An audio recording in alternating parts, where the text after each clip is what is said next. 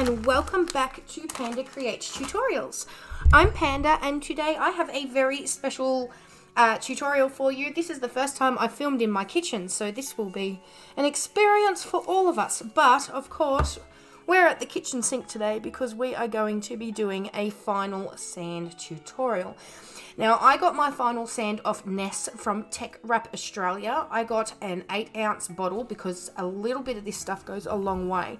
But I do believe that she sells it in the 8-ounce and the 16-ounce sizes.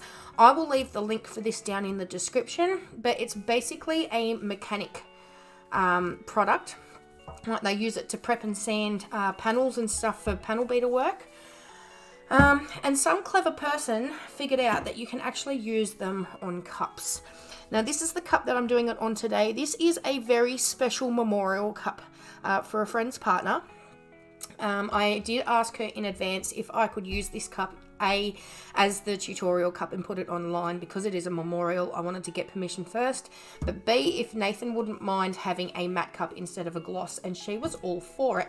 So this is one of the 14-ounce Can Koozies, and we're going to turn it from a gloss finish to a matte finish. Now, to get to the final sand point, I will have assumed that you have already made your entire cup in completion, right? That means you've done all of the design work, your vinyl's on it, you've done your final coat or fall, and it is ready at the point where you would then go and give it to a customer. Okay, so that's the point that we're starting from today.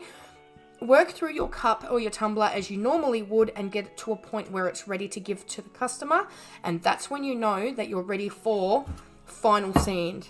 It really is final sand because it is the final step. Okay, now as always, make sure you protect yourself, guys. I have a set of just like your normal latex gloves on today. I'm not using my fancy tumbler gloves for this. I also have, the first time that I did this, I had a little piece of steel wool that I think's been around since me old man was born. Like, it was an old piece of steel wool. I actually went shopping yesterday to find our more steel wool, and all of the steel wool that I could get except for this stuff all had detergent built into the pad. Now, you don't want that. Try and find steel wool. I bought this just in case what I did buy doesn't work, but I do have a feeling that this is going to be too coarse. You don't want it to leave really deep scratches in your epoxy. You just want to make it like a matte finish, like a light sand, right? So I did buy these just in case I get into trouble, but these scouring sponges, they're just these heavy duty ones from Coles. I'm sure Woolies sells them as well. They have the same texture as the steel wool that I used originally, so I'm hoping that we can get away with this. But if you are going with the steel wool option, make sure it doesn't have soap built into it. There was like 3 or 4 different brands at my Coles, and all of them had detergent built into it, which, I mean, it makes sense because they make it for scrubbing pans and not for scrubbing tumblers. So I'm not going to hold it against them too much, but I mean, like, how rude. So I'm just going to put my tap on now on lukewarm. Right, I don't want it really, really cold, but I don't want it really hot either. And being winter, I probably should have preheated my tap before I hit record, but no, here we go. Okay. Now, I am left-handed, so I'm going to be putting the cup on my right hand. And we just want to wet the cup, okay? Now, this cup is fully cured. The resin that I'm using at the moment, this has Diamond Cote from Just Resin on it. It has a 7-day full cure time. This has been sitting for about 14 days, okay? She's a cheer mum, so we've been on holidays for a couple of weeks. This was actually ready at the final training session for her to collect, and then I realised that it was Good Friday. So this has been sitting since like the weekend before Easter. This is well and truly cured, but I just thought I'd mention that. You do have to make sure that it is fully cured, not touch dry, fully cured before you go ahead and use it. Now, we're going to get our final sand. Take that off.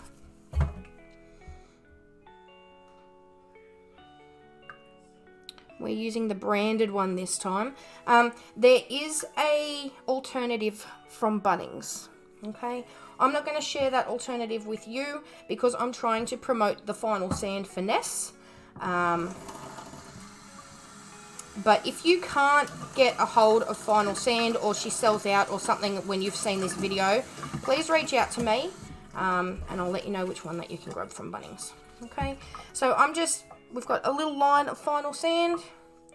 I'm just going to work it a little bit with my hand, and then I'm going to get my wet scourer, and you want to do a circular motion. Okay, I'm applying a moderate amount of pressure. It's not a huge amount of pressure. Try and squeeze my fat hand in there a little bit more so it stops slipping. But you want to do circular motions up and down, right?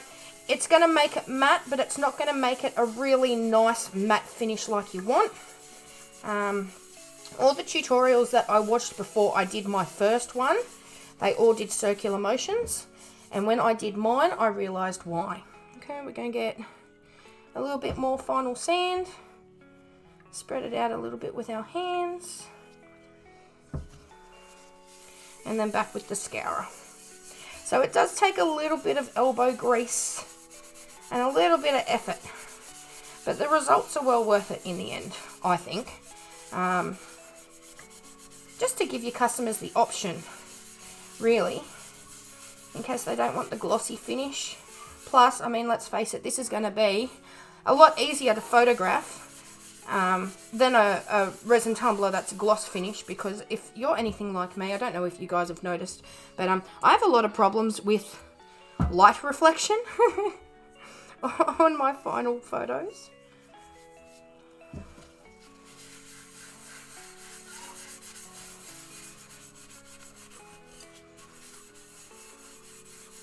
Almost there.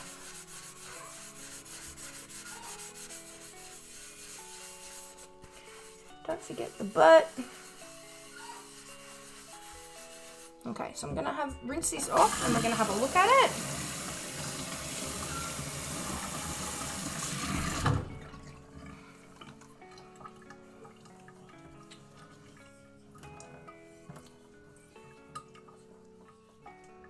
It had a slight effect, but it is, hang on, we're going to dry it off. I'm going to show you. I had a towel. Where's my towel? Found it. Hang on. Stop looking. Okay.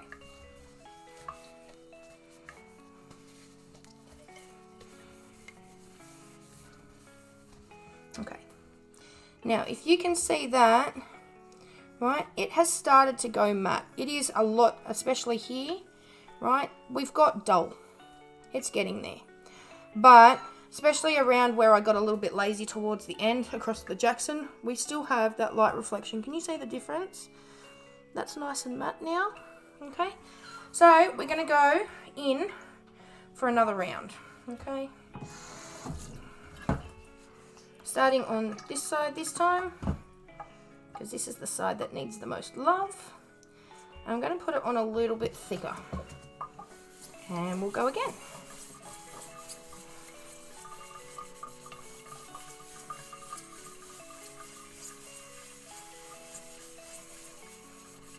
I did watch some tutorials where they use their hands. They claim that they can feel what they're doing better. But when I tried this for the first time, granted it wasn't with the final sanded brand. At the time I didn't actually have my order from Ness yet. This came in the mystery package that she sent me.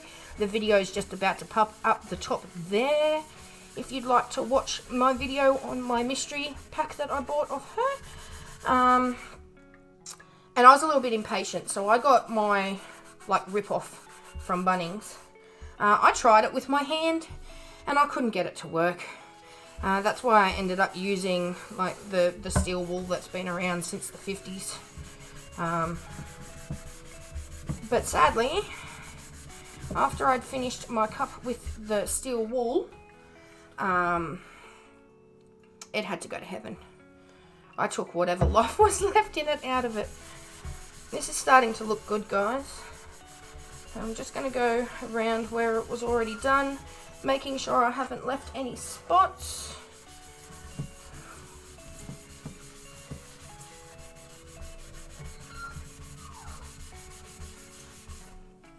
Don't forget the butt.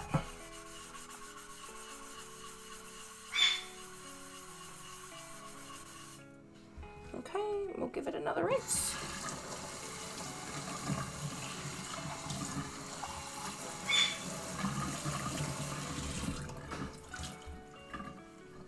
Dry it off, and hopefully this time, oh, that's much better. Ah, there's still one little spot there. When you're checking your work, make sure your work is dry. You're not going to see the matte finish if the cup is wet, but hopefully, hang on, maybe if we turn our little light on, there we go. Can you now see that we don't have that, I mean, it's a little bit at the top here because the window's right there, but we no longer have that super high gloss finish, except for this band that runs in this dip here. So I'm going to go back through very quickly, but the bottom's done as well. One last time, guys. But you'll start to feel, like I can feel that. That's no longer got the slip that normal epoxy does when wet. Gonna lean it on the side here, just to give me a little bit of stability so I can really get in that little groove. I'm not going to have to work out for the next 6 months now. This is my exercise for the next 6 months. I can go into hibernation for winter now and not have to worry. I hate winter. You will hear me over the next 6 months bitch and complain so much about the cold. I'm not a cold weather person.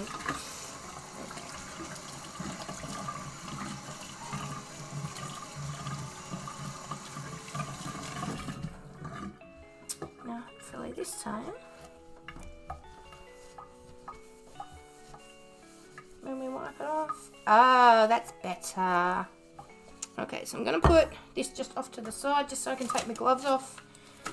So I'm not putting wet spots on it while I'm trying to show you, but there is our matte finish tumbler. Ta-da!